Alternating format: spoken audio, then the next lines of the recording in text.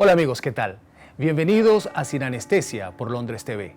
Hoy estaremos conversando sobre un tema por demás polémico: el matrimonio en los sacerdotes. ¿Sí? ¿Considera usted que la Iglesia Católica debe permitir a un sacerdote que contraiga matrimonio? ¿O aceptar que se ordene sacerdote alguien estando casado y además con hijos? Y más aún, ¿cree usted que la Iglesia Católica debe permitir que un sacerdote mantenga relaciones sexuales? Estas preguntas y otras que de ellas se derivan constituyen tema tabú dentro de la Iglesia Católica actual. No obstante, últimamente se ha abierto la discusión, siempre al interior de la Iglesia Católica, para discernir este polémico tema que desde siglos ha estado en la mirilla de la humanidad. ¿Qué deben buscar los sacerdotes cuando acuden al llamado vocacional? Lo que dice al respecto un sacerdote tradicional nos lo ilustra. Lo que atrae a una persona acá, en el fondo, es el encuentro con Dios, ¿no? Y entonces, bueno, esto es una manera, no es la única, evidentemente. En la iglesia hay miles y miles de maneras de buscar y encontrar a Dios, ¿no? Pero entonces la persona que viene debe venir buscando eso, no otra cosa. Y entonces encontrar aquí los instrumentos que lo ayudan para ese encuentro con Dios. En los tiempos de Benedicto XVI se permitió, mediante una iniciativa de llamada el Ordenariato, que los obispos y pastores anglicanos o protestantes cruzaran al catolicismo, y debido a ello, en 2014, el entonces diácono Pedro Toledo fue ordenado sacerdote en el arzobispado de Miami, Florida, Estados Unidos. Hasta aquí todo bien. Solo que Toledo ya era casado y tenía 3 hijos. Toledo durante muchos años fue pastor de una iglesia episcopal para luego convertirse al catolicismo. Al hacer el cambio, se le permitió mantener su matrimonio y oficiar misa. Veamos este testimonial de la cadena hispana Univisión. Va a ser un momento histórico dentro del mundo latino, ¿okay? Y para mi vida. Cada vez que yo lo veo con el cuello clerical, es un respeto que yo le siento por el rol que él funciona, que tiene. Bajo esta sección, los sacerdotes ex-anglicanos, a quienes se les permite conservar su matrimonio y sus hijos, no podrán casarse una vez enviuden. Y después de su ordenación tendrán los mismos privilegios que los curas célibes. El próximo sínodo de los obispos sobre la Amazonía tendrá lugar del 6 al 27 de octubre de este año en Roma, Italia. Allí se debatirá algo muy particular: el oscuro tema de la ordenación sacerdotal de hombres casados, para asegurar, entre otras cosas, los sacramentos en las zonas más aisladas del planeta. El ala más conservadora de la Iglesia seguramente elevará la mirada al cielo y rebatirá con argumentos esta pretensión de las más irreverentes voces, que claman a su vez por la modernización y la actualización de la Iglesia católica, apostólica y romana. El documento Instrumentos Laboris es el papel de trabajo con el cual los obispos involucrados debatirán formalmente la polémica sugerida, por tanto, y entrará con todas las de la ley dentro del debate para que pueda ser aprobado en asamblea. Es aquí donde entran con todo su peso los más conservadores y radicales de la Iglesia Católica. Veamos esta reseña, cortesía de Rome Reports. Hay lugares donde los sacerdotes llegan cada 2 o 3 años. Entonces, claro, ¿qué comunidad cristiana puede subsistir con una presencia sacramental tan pobre? ¿Por qué el sínodo para la Amazonía y no para el resto del mundo? Lo que se busca con la propuesta es que se estudie la posibilidad de la ordenación sacerdotal para personas ancianas, preferentemente indígenas, respetadas y por su comunidad, aunque tengan ya una familia constituida y, ¿por qué no?, hijos. Se argumenta que cuando llega un sacerdote pasan años y años hasta que aprenden la cultura del sitio, mientras que una persona del lugar puede inmediatamente traducir el evangelio. Antes, solo proponer temas como este era sencillamente inaceptable. Ahora, con el Papa Francisco, se han abierto las puertas, los canales para escuchar tales propuestas, lo que no implica necesariamente su aprobación, como lo dan por sentado los estudiosos del Vaticano.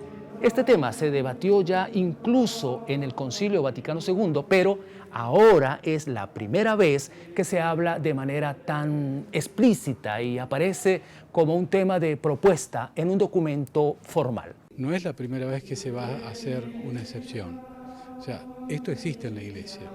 El Papa Francisco ha abierto, como dijimos, esos canales donde aparecen cuestiones que ya estaban, pero no se escuchaban.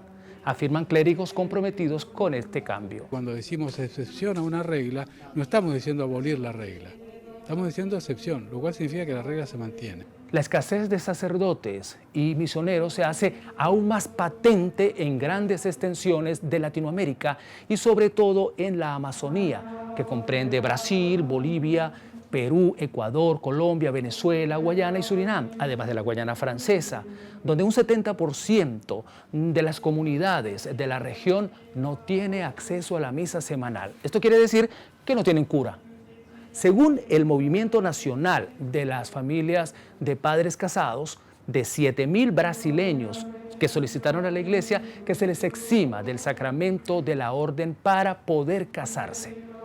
Esto significa que de cada 4 de 10 sacerdotes católicos que son ordenados en Brasil, 1 abandona la sotana a cambio del matrimonio. Actualmente la Iglesia Católica ordena a hombres casados como diáconos permanentes. Estos pueden desempeñar casi todas las funciones de los sacerdotes con la excepción de la consagración de la hostia en la comunión y también de la absolución de los pecados en la confesión. Uno de los sacerdotes católicos brasileños más famosos de la actualidad es el padre Fábio de Mello. La norma dice que el celibato debería ser abolido por ser algo propio de la Edad Media, es su parecer. Según este sacerdote, la Iglesia debería permitir a hombres casados y mantener la posibilidad del celibato solo para aquellos que quieran hacer una entrega más radical a la Iglesia. Eu cresci dentro de ambiente em que nos foi ensinado essa experiência de estar bem, de estar limpo, de estar bonito. Eu não vejo nenhum problema nisso, né? E eu não tenho essa hipocrisia de dizer que não tenho essa vaidade. Tenho sim. Sou uma pessoa que me cuido. Eu aprendi isso com a minha mãe. Na minha casa todo mundo aprendeu isso dia em casa. El Papa Francisco, una vez más en persona, ya se refirió a la posibilidad en estudio de que los llamados viri probati o aquellas personas de comprobada fe puedan ser ordenados aún siendo casados solo en sitios muy lejanos como las islas del Pacífico o la Amazonía brasileña. Según escritos de la época, el hecho de que los sacerdotes fueran hombres casados significaba una erogación cuantiosa para la Iglesia. Esta no solo debía velar por la manutención del clérigo, sino de su esposa e hijos. Y también se veían disminuidos sus ingresos y propiedades, pues los sacerdotes casados, al morir, heredaban sus bienes a sus esposas y prole. Y no a la Iglesia Católica, por supuesto. Con la institución del celibato, los religiosos no significaban mayores erogaciones de dinero para la Iglesia. Por su manutención, y al fallecer estos, sus bienes pasaban íntegramente al patrimonio de la Iglesia. Esto es algo que se ha debatido en público y en privado, es decir, que no es nada nuevo. En el año 580, el Papa Pelayo II institucionalizó como política no meterse con sacerdotes casados, en tanto estos no pasaran la propiedad de la Iglesia a sus esposas e hijos. Revisemos lo que dice la historia a este respecto. Desde Pedro, el primer papa, y los apóstoles escogidos por Jesús, hasta el siglo XII, los clérigos en su gran mayoría eran hombres casados.